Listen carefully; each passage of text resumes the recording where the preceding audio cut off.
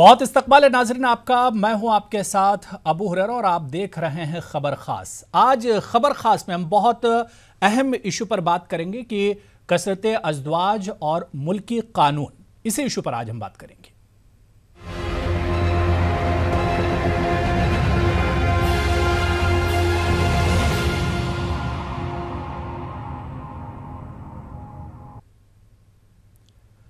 जी हाँ नाज़रीन, मुसलमानों में हलाला और कसरत अज़दवाज के मुरवजा अमल की कानूनी हैसियत की जांच करने पर सुप्रीम कोर्ट रजामंद हो गया है। 5 जजों की बेंच हलाला और कसरत अज़दवाज की कानूनी हैसियत की जांच करेगी। इतना ही नहीं, सुप्रीम कोर्ट ने मरकज और लॉ कमीशन से इस पर जवाब भी मांगा है। ख्याल रहे कि 2017 में सुप्रीम कोर्ट की बेंच ने एक नशिस्त में 3 तलाक को गैर आईनी करार देते हुए कसरत अज़दवाज और हलाला के मसले पर कुछ रायज़नी न करते हुए इन दोनों मामलों को मुस्तकबिल के लिए खुला रखा था। बेंच इस सिलसिले में दाखिल करदा मफाद आम्मा की कम से कम 3 अर्जियों पर समाअत कर रही थी। अर्जी गुजारों ने कसरत अज़दवाज और हलाला के अमल को हक़ मसावात और जिन्स की बराबरी समेत मुख्तलिफ बुनियादों पर चैलेंज किया है। बीजेपी लीडर अश्वनी उपाध्याय भी अर्जी गुजारों में शामिल हैं, जिन्होंने कसरत अज़दवाज और हलाला पर पाबंदी को वक्त का तकाजा करार दिया। इस्लाम में एक वक्त में 4 बीवियां रखने की इजाजत है, लेकिन आदादोशुमार के मुताबिक बमुश्किल तमाम 1% से भी कम मुसलमान मर्द एक वक्त में 1 से ज्यादा बीवियां रखते हैं। हलाला उस शादी को कहते हैं जब एक मुतलका दूसरी शादी कर ले और इससे भी इसको तलाक हो जाए। अगर मुतलका अपने पहले शौहर से फिर शादी कर ले तो इस तरीक़ेकार को हलाला कहा जाता है। निकाह हलाला में किसी किस्म की मनसूबाबंदी की गुंजाइश नहीं है, लेकिन इस किस्म की शिकायतें अक्सर सुनने में आती हैं कि मनसूबाबंद तरीके से निकाह हलाला किया जाता है। यह सूरत हाल उस वक्त रूनुमा होती है जब एक नशिस्त में 3 तलाक देने के बाद शौहर को गलती का एहसास होता है और मुतलका का किसी से इस शर्त पर निकाह कराया जाता है कि वो इसको चंद रोज में तलाक दे देगा। तलाक के बाद इद्दत की मुद्दत पूरी होने पर खातून का पहले शौहर से निकाह हो जाता है। इस्लामी स्कॉलर्स की नजर में मनसूबाबंदी के साथ कराया गया निकाह हलाला हराम है।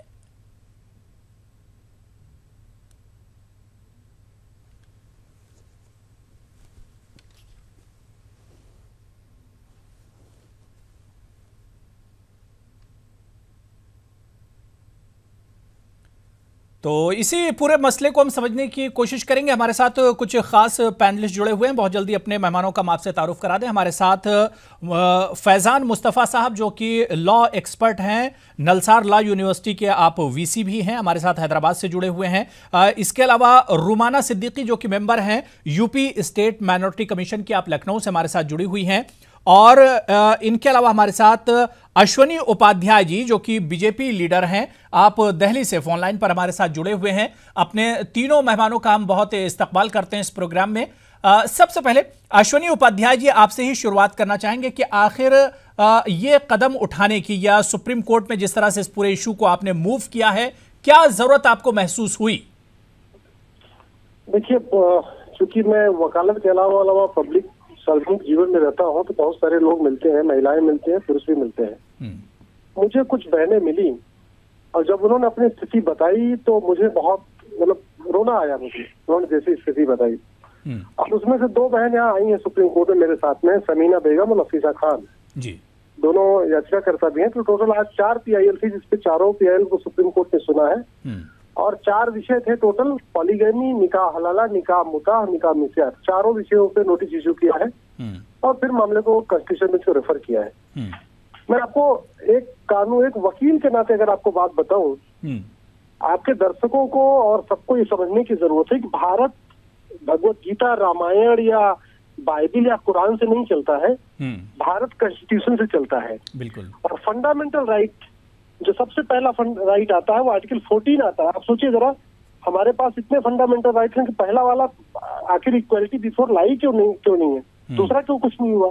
तो संविधान निर्माता, जिसमें 300 से ज्यादा लोग थे, जिसमें विद्वान थे, धार्मिक विषयों के जानकार थे, कुरान के जानकार थे, 315 लोग थे संविधान सभा में, जिसमें बाबा साहब उसके चेयरमैन थे। सबने सब सोच विचार के संविधान को बनाया और कहा नहीं, फंडामेंटल राइट आर्टिकल 14 सबसे पहले रहेगा, यानी इक्वलिटी बिफोर लॉ सबसे पहले रहेगा जी। फिर आर्टिकल 15 आएगा कि आप किसी को लिंग के आधार पे डिस्क्रिमिनेट नहीं कर पाएंगे। फिर 21 आया, और जब आर्टिकल 25 में आपको धार्मिक भावनाओं की छूट दी गई, अपने धर्म की आजादी, उसमें भी कहा गया कि आपका कोई काम अगर पब्लिक मोरालिटी के खिलाफ है, महिलाओं के सम्मान के खिलाफ है, गैर बराबरी पैदा कर रहा है, तो वो भी ठीक नहीं है।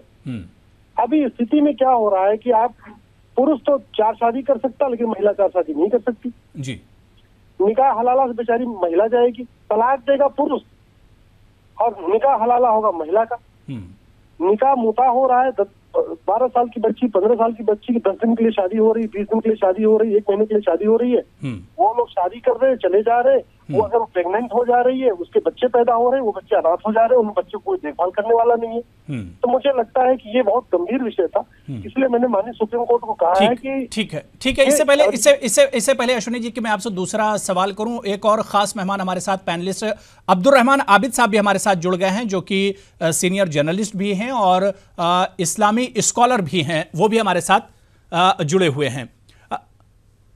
फैजान मुस्तफा साहब, आपके पास आना चाहेंगे। आप अश्विनी उपाध्याय जी को सुन रहे थे, जिनका साफ साफ कहना यह था कि भाई समाज में जिस तरह से जेंडर जस्टिस को लेकर उन्होंने ये बड़ा इशू उठाया और सुप्रीम कोर्ट में उन्होंने मूव किया है, अब सवाल ये उठता है फैजान मुस्तफा साहब कि कानून इस पूरे मामले को लेकर कानून क्या कुछ कहता है?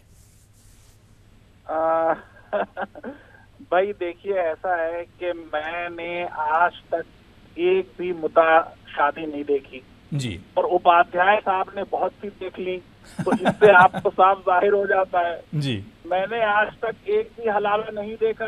साल अलीगढ़ मुस्लिम यूनिवर्सिटी में पढ़ा और पढ़ाया, एक भी मौका नहीं देखा मैंने। बिल्कुल, इन्होंने देख लिया जी।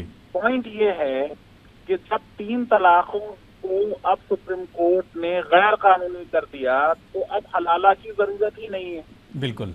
दूसरी चीज ये कि पॉलीगमी के सिलसिले में जो रिसर्चेज हुई हैं, उनको अगर उपाध्याय साहब पढ़ें तो एक रिसर्च अभी मेरे माइंड में आ रही है कि 1 करोड़ हिंदू लोगों की शादियां थी, 1 से ज्यादा, और सिर्फ 12 लाख मुसलमानों की।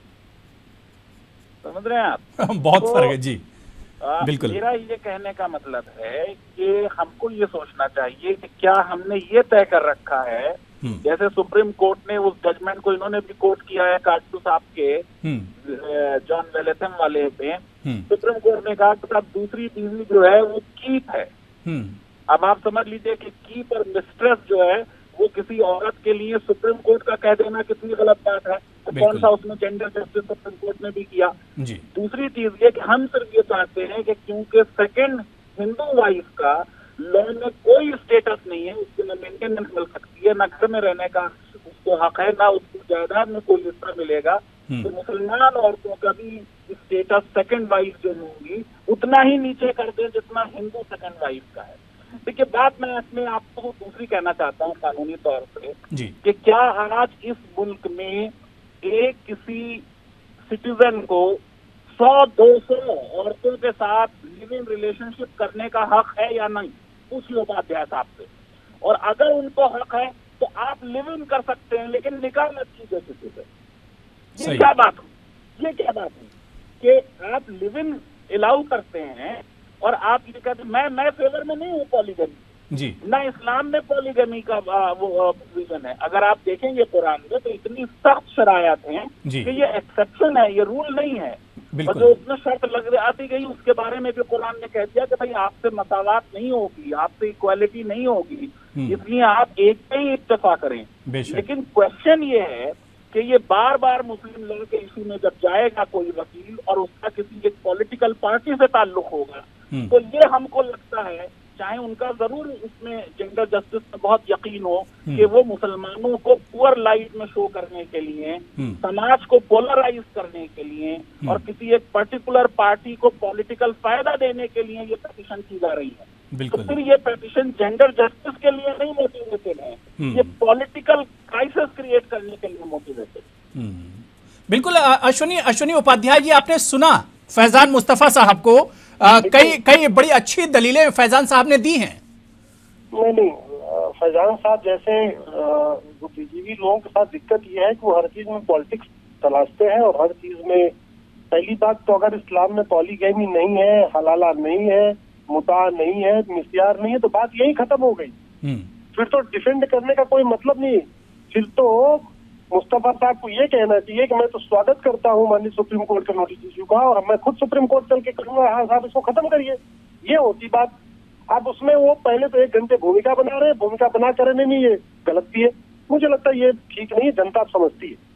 आप समझिए पहले, मैं फिर से कह रहा हूँ, भारत का संविधान अकेले अंबेडकर साहब ने नहीं बनाया था साहब, 325 लोग मिलकर बनाए थे, और 325 नहीं अश्वनी उपाध्याय जी, ठीक है आपकी बात वो सही है, लेकिन फैजान मुस्तफा साहब ने जो इशू उठाया कि भाई अगर पॉलीगमी की आप बात करते हैं तो आप हिंदू जो महिलाएं हैं उनकी भी बात कीजिए, और जो मिसाल फैजान मुस्तफा साहब ने दी कि भाई 12 लाख अगर मुस्लिम महिलाएं ऐसी हैं जिनकी एक से ज्यादा शादी हुई है, तो 1 करोड़ ऐसी तादाद जो है वो नॉन मुस्लिम्स की है, नॉन मुस्लिम महिलाओं की है जिनकी एक से ज्यादा शादी हुई है। 7 साल की सजा है अगर किसी व्यक्ति ने दूसरी शादी कर ली और उसकी पत्नी जाके शिकायत कर दे तो 7 साल की सजा होगी। कोई बचा नहीं पाएगा, कोई माई का लाल बड़ा से बड़ा वकील नहीं बचा पाएगा। और यहाँ पे काजी बैठ के 2-2, 3-3 शादियां करवाते हैं काजी, उनको 50,000 मिल जाता है, लाख रुपए मिल जाता है, उसी को खुश हो जाते हैं। नाम बता दें जिसमें सजा हुई है। मैं आपको क्या बता रहा हूँ, नहीं ऐसे बहस नहीं पाएंगे, ऐसे सुनिए भैया, ऐसे में बहस नहीं कर पाऊँ अगर आप ऐसे बहस करेंगे। मुझे 5 केसेस के नाम बता दें जिनमें सजा हुई है। अरे मैं आपको क्या बता रहा हूँ, ये नफीसा जो मेरे साथ आई है पिटिशनर, जो समीना बेगम आई है, इनके हस्बैंड ने इसके रहते रहते 2-2 बच्चों की माँ आई है, 2-2 बेटे, इनके छोटे छोटे बच्चे हैं, उसके बाद दूसरी शादी कर ली। आपको पता ही नहीं है, आप कहते हैं कि पॉलीगैमी नहीं होती, हलाला नहीं होता है। आपको हलाला के कितने केस बताऊं? आप उपाध्याय जी, मैं ये कह रहा हूँ, आपसे निवेदन ये कर रहा हूँ, हिंदू लॉ में पॉलीगैमी 1955 से खत्म कर दी गई। हाँ, लॉ कमीशन ने अपनी 226वीं रिपोर्ट में और एक बार और 2 बार रिपोर्ट में ये कहा कि पॉलीगैमी आज भी हिंदुओं में है। सुप्रीम कोर्ट ने खुद कहा कि आज भी है। सरला मुद्दल के केस में कौन गया था? ये वो हिंदू और अरे आप सुप्रीम कोर्ट आओ ना यार, टीवी पे भाषण दे रहे हो, आके सुप्रीम कोर्ट में डाटा दो आप, ये मैटर हो गया, आप ही आओ, ये केवल भाषण देते रहोगे टीवी पे। नहीं अश्वनी उपाध्याय जी, देखिए जबान अश्वनी उपाध्याय जी, लैंग्वेज ठीक रखिए ना भाई। अश्वनी उपाध्याय जी देखिए, बात करने का ये तरीका नहीं है अश्वनी उपाध्याय जी, ठीक है। मैं ठीक है अब्दुल रहमान आबिद साहब, आपके पास आना चाहूंगा कि एक बड़ा मसला यह है कि भाई मुता हो, हलाला हो या तलाक हो।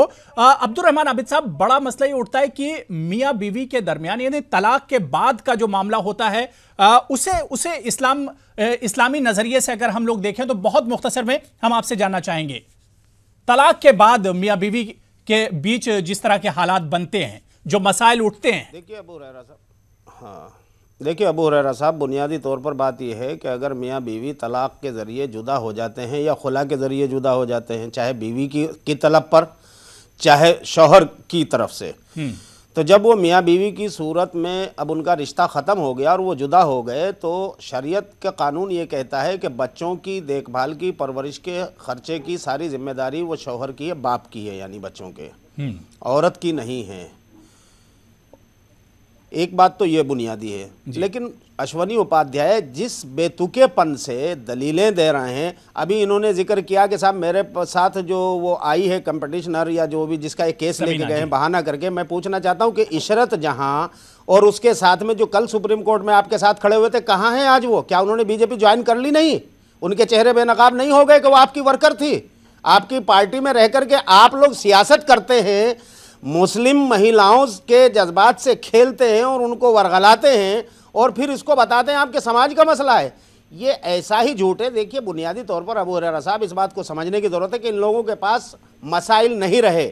आज समाज में पॉलिटिकली हर तरफ से इनको जो है, हर तरफ से सामने से शर्मिंदगी का सामना हो रहा है, इनको कहीं बोलने की जगह नहीं मिल रही है, कहीं सर छुपाने का मौका नहीं मिल रहा, तो घूम फिर कर ये फिर वहीं आ गए हैं उसी अपनी असल जगह पर कि साहब वो लेकर के एक केस को फिर खड़े हो गए। और ये ऐसा ही झूठ है जैसा कोई आदमी दोपहर के 12 बजे खड़ा होकर ये कहे कि अब रात के 12 बज रहे हैं। सुनिए, अरे अश्वनी उपाध्याय जी सुनिए, अरे सुनिए, निकाह हलाला की तमीज है आपको? हलाला होता क्या है, तमीज है इस बात की पहचान है कुछ? के समर्थक हैं, विरोधी हैं? अरे हलाला जानते हो क्या है? करवाया है किसी अपनी बेटी बहन का, अपनी बीवी का कराया है कभी तुमने हलाला? अरे ये बदतमीज जानते हो हलाला किसे कहते हैं? ये बदतमीज जिसको, अरे हलाला जानते हो किसे कहते हैं? किसे बुलाया? अब चुभी ना, अब फैजान मुस्तफा से बदतमीजी कर रहे थे बैठ करके, तुमसे 100 गुना ज्यादा कलेबर के ऊंचे आदमी है वो, उनसे बदतमीजी कर रहे थे बैठ करके, बड़ा मजा आ रहा था। और अब जब जरा सी तुम्हें चुभ गई है तो अब कह रहे हो किसे बुला रखा?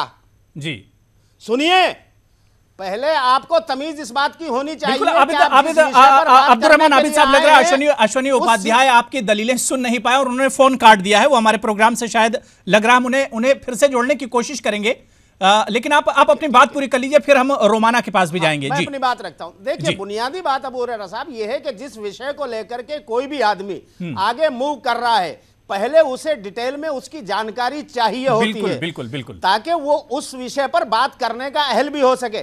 आप हलाला कहते हैं, आप खड़े होकर के, आपको मालूम है हलाला नाम की कोई चीज इस्लामी शरीयत और इस्लामी कानून में कोई स्पेशल विषय नहीं है, कोई ऐसा चैप्टर इस्लामी कानून में नहीं है हलाला के नाम से। अरे हलाला का मतलब जो इस्तिलाह लोगों ने कही है उसे कहते हैं कि जो चीज हलाल है उसको हलाला की तरफ उन्होंने रुजू किया है। और हलाल का मतलब यह होता है कि जब हम निकाह करते हैं, एक औरत और एक मर्द इस्लामी कानून के एतबार से जब निकाह करता है तो वो एक मियाँ बीवी की शक्ल में अपना जिनसी रिश्ता बनाने के लिए एक दूसरे पर हलाल हैं। सही, वो हलाल हो गए। लेकिन अगर तलाक की सूरत में उनमें जुदाई हो गई या खुला की सूरत में बीवी ने खुला का मुतालबा किया और शर्तें पूरी होकर के वो खुला हो गया, जुदाई हो गई, वो रिश्ता खत्म हो गया मियाँ बीवी का, तो अब इसे कहेंगे कि अब वो एक दूसरे के लिए हलाल नहीं रहे, हराम हो गया उनका ये रिश्ता। अब अगर किसी इद्दत गुजारने के बाद उस औरत ने किसी और आदमी से शादी की, और करनी भी चाहिए क्योंकि जवान औरत है या 1.5 उम्र की औरत है, उसे जरूर शादी करनी चाहिए, किसी दूसरे मर्द से शादी कर ले, खुदा ना खास्ता 10 साल 20 साल 30 साल 5 साल 2 साल कभी भी उस आदमी की मौत हो जाए या खुदा ना खास्ता उसके साथ भी किसी वजह से निर्वाह ना हो सके, उसका निबाह ना हो पाए और वहां भी जुदाई हो जाए, ऐसी सूरत में उस औरत को इस्लामी कानून ने, बिल्कुल जाहिर सी बात है कि इस्लाम में एक तरीका बताया गया है। जितने भी मामले हम लोग सुनते हैं, चाहे वो मुता का हो, हलाला का हो, तलाक का हो, इस्लाम में सबका एक तरीका बताया गया है। इस्लामी शरीयत ने उस औरत को ये एम्पावरमेंट किया है कि अब अगर वो चाहे तो पिछले शौहर से बिल्कुल। रोमाना सिद्दीकी आपके पास आना चाहेंगे। जिस तरह से पॉलीगमी का पूरा मामला है या फिर हलाला का मामला, भी से सुप्रीम कोर्ट ने इस पर एक तरह से लॉ कमीशन के पास भेज दिया है नोटिस, कैसे इस पूरे मामले को आप देखती हैं, क्योंकि आप खातून हैं, ज्यादा अच्छे से समझ पाएंगी। रोमाना सिद्दीकी जी। देखिए, मैंने इन सब की बातें सुनी हैं जी, और आप लोगों का कहना है कि हलाला नहीं होता है। मैं मानती हूँ कि हलाला बहुत गलत चीज है। अब मैं मुस्लिम होते हुए मुझे मालूम है कि हलाला क्या है और हलाल क्या है, पर आज की तारीख में क्योंकि लोगों ने ये अपना एक रोजी रोटी का मुद्दा बना दिया है, ये नहीं समझाया है किसी मर्द को कि अगर वो अपनी बीवी को तलाक देता है तो उसके बाद वो उसके लिए किस तरह हलाल होएगी और हराम होएगी।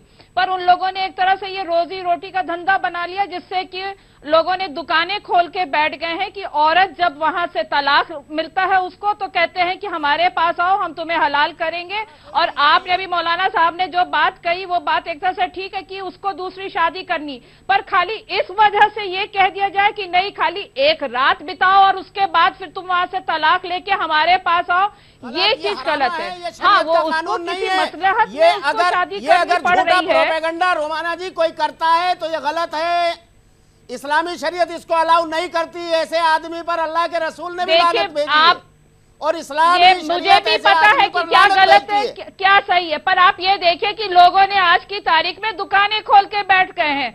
अगर कोई वजह से दूसरी शादी करनी पड़ती है और उसको जिंदगी उसके साथ बसर कर रहा है तो ठीक है, पर एक रात के लिए शादी करके दोबारा उसको सजा दी जानी चाहिए, मर्द के पास वापस जाता है, वो चीज गलत है। तो इसलिए मैं अपने यहाँ के मर्दों को कहूंगी कि वो लोग बीवियों को किसी भी वजह से तलाक ना दें, छोटी छोटी बातों पे गुस्सा करके तलाक देके उसको बेघर करके उसको सड़क पे लाके बैठाएं कि उनको इस तरह के मर्दों के पास जाके ये मौलाना मौलवियों की बातों में गुजरना पड़े। बिल्कुल सही है, लेकिन मेरी बात समझने की कोशिश कीजिए। मैं आपसे ये कह रहा हूं कि अगर कोई आदमी कानून हिंदुस्तान का तोड़ करके कोई गैर कानूनी हरकत करता है तो इसका मतलब ये नहीं कि उसके लिए जिम्मेदार कानून होगा। कानून अपनी जगह सही है, वो आदमी जिम्मेदार है जिसने गैर कानूनी हरकत की है कानून तोड़कर।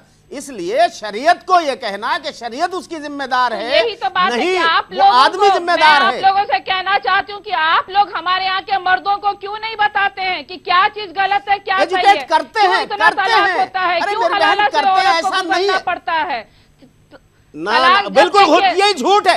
आप एक झूठे प्रोपेगेंडे का शिकार हैं या फिर आप भी जानबूझ के झूठ बोलना चाह रही हैं? तोड़ दिया जाता है। माफ कीजिएगा, ये या तो आप एक झूठे प्रोपेगेंडे का शिकार हैं या फिर आप भी उसी तरह से बोलना चाह रही हैं। ठीक है, ठीक है, हम फैजान मुस्तफा साहब के पास जाना चाहेंगे। काफी वेट करा है। हरगिज़ कोई ठीक है, अमित साहब,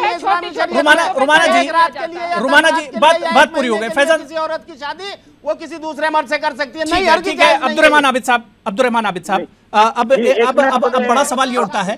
फैजान मुस्तफा साहब जी, फैजान मुस्तफा साहब, हाँ सर, एक बात सुन लीजिए। देखिए, जो बात हो रही है, जो पेटिशन है जी, उस पेटिशन में एक जो हमारी बहन गई है जी, उसकी समीना नाम है उसका, जी, उसकी खुद तलाक 2009 में हुई है और उसने 2012 में दूसरे से शादी कर ली।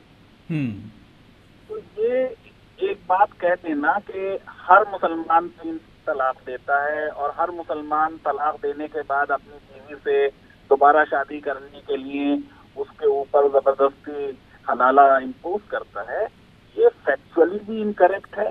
कोई इस पे रिसर्च नहीं हुई जिसने इस बात को साबित किया हो कि ये। और आप सोचिए कि अगर किसी मर्द ने किसी औरत को तलाक दे दी तो वो औरत क्यों उससे दोबारा शादी करना चाहेगी? सही। लेकिन मैं जरा कानूनी बात पे आना चाहता हूँ जी, कि देखिए, मैंने इस पे बहुत लिखा है तफसील से कि सुप्रीम कोर्ट ने जो फैसला दिया 3 तलाक पे और ये कहा कि शरीयत एक्ट को हम स्ट्राइक डाउन करते हैं और गैर दस्तूरी करार देते हैं। मैंने तब भी लिखा था कि शरीयत एक्ट में जिसके ऊपर अटैक कर रहे हैं उपाध्याय साहब, उसमें ना तो लफ्ज 3 तलाक आया है, ना लफ्ज निकाह हलाला आया है, ना लफ्ज मुता आया है। तो मेरी ये समझ में नहीं आता, ना उसमें पॉलीगमी का जिक्र है जी, कि उस लॉ पे अटैक किया जा रहा है जिसमें उन चीजों का जिक्र ही नहीं है। और बार बार यकसा सिविल कोड वाले कॉन्स्टिट्यूशन के आर्टिकल का जिक्र करते हैं और वो बता रहे हैं आर्टिकल 40। खैर, मुझे अच्छा लगा कि मुझे भी कोई हिंदुस्तान का दस्तूर पढ़ाए, अच्छी बात है भाई, हर एक से सीखना चाहिए। लेकिन मैं एक बात आपके जरिए आवाम तक पहुंचाना चाहता हूँ कि देखिए, इस मुल्क में तो क्रिमिनल लॉ भी एक नहीं है। अब आप ये देखिए कि अभी 3 स्टेट्स ने, मध्य प्रदेश, राजस्थान, ये एक हफ्ते की बात बता रहा हूँ, पिछले 10 दिन की जी, मध्य प्रदेश, राजस्थान और हरियाणा ने क्रिमिनल लॉ में अमेंडमेंट करके ये कह दिया कि अगर किसी बच्चे के साथ रेप होता है तो वहां सजाए मौत दी जाएगी। अब ये मुल्क का कानून नहीं है। तो आप ये देखिए कि आपका तो अभी क्रिमिनल लॉ भी एक नहीं, कुछ स्टेट्स में एंटीसिपेटरी बेल है, कुछ स्टेट्स में एंटीसिपेटरी बेल नहीं है। दूसरी चीज ये देखिए कि पर्सनल लॉ को हिंदुस्तान के दस्तूर ने कॉन्करेंट लिस्ट में रखा। बिल्कुल। कॉन्करेंट लिस्ट का मतलब ये कि इस पर सेंटर भी कानून बना सकता है और स्टेट भी कानून बना सकती है। इसका मतलब ये कि एक लॉ बनाना हमारे दस्तूर साज असेंबली का मकसद नहीं था, क्योंकि जब आपकी 29 स्टेट्स हैं तो 29 स्टेट्स में 29 कानून होंगे और सेंटर ने एक कानून बनाया तो 30 कानून पर्सनल लॉ के तो कॉन्स्टिट्यूशन में प्रोवाइडेड है एक तरह से। सही। जब आपने पावर दी है रियासती हुकूमतों को और रियासती असेंबलीज को कानून बनाने की, हिंदू लॉ भी एक नहीं है। नॉर्थ में कुछ है हिंदू लॉ, साउथ में कुछ लॉ है। जरा मैं आपको एक चीज अर्ज कर दूं कि जैसे हिंदू लॉ में ये है सपिंडा रिलेशनशिप, कि दूल्हा दुल्हन एक दूसरे से बाप की तरफ से 7 पुश्तों तक और माँ की तरफ से 5 पुश्तों तक उनमें आपस में कोई रिश्तेदारी नहीं होनी चाहिए। क्या हम लॉ बना के ये कह सकते हैं कि साहब दूल्हा दुल्हन जो है वो भाई भाई बहनों में शादी कर सकते हैं। सही सही सही सही सही बात है। फैजान मुस्तफा साहब, बड़ा वसी टॉपिक है और बड़ी अच्छी बात चल रही थी। अभी और भी बात होती क्योंकि रोमाना साहिबा से और अब्दुर्रहमान आबिद साहब से भी बहुत ज्यादा बात नहीं हो पाई और उपाध्याय जी तो खफा होकर चले ही गए। लेकिन क्योंकि अब टाइम बिल्कुल इजाजत नहीं दे रहा है फैजान साहब, हम इसी इशू पर फिर कभी डिबेट रखेंगे। बहुत बहुत शुक्रिया हमारे साथ जुड़ने के लिए। अब्दुर्रहमान साहब बड़ी माजरत, रोमाना आपसे भी बहुत माजरत, और फैजान मुस्तफा साहब बहुत बहुत शुक्रिया आप तमाम मेहमानों का हमारे साथ जुड़ने के लिए। अश्वनी उपाध्याय साहब हमें छोड़ के चले गए, उनका भी बहुत बहुत शुक्रिया हमारे साथ जुड़ने के लिए। खबर खास में आज फिलहाल इतना ही। आप देखते रहिए न्यूज़ 18 उर्दू। आदाब।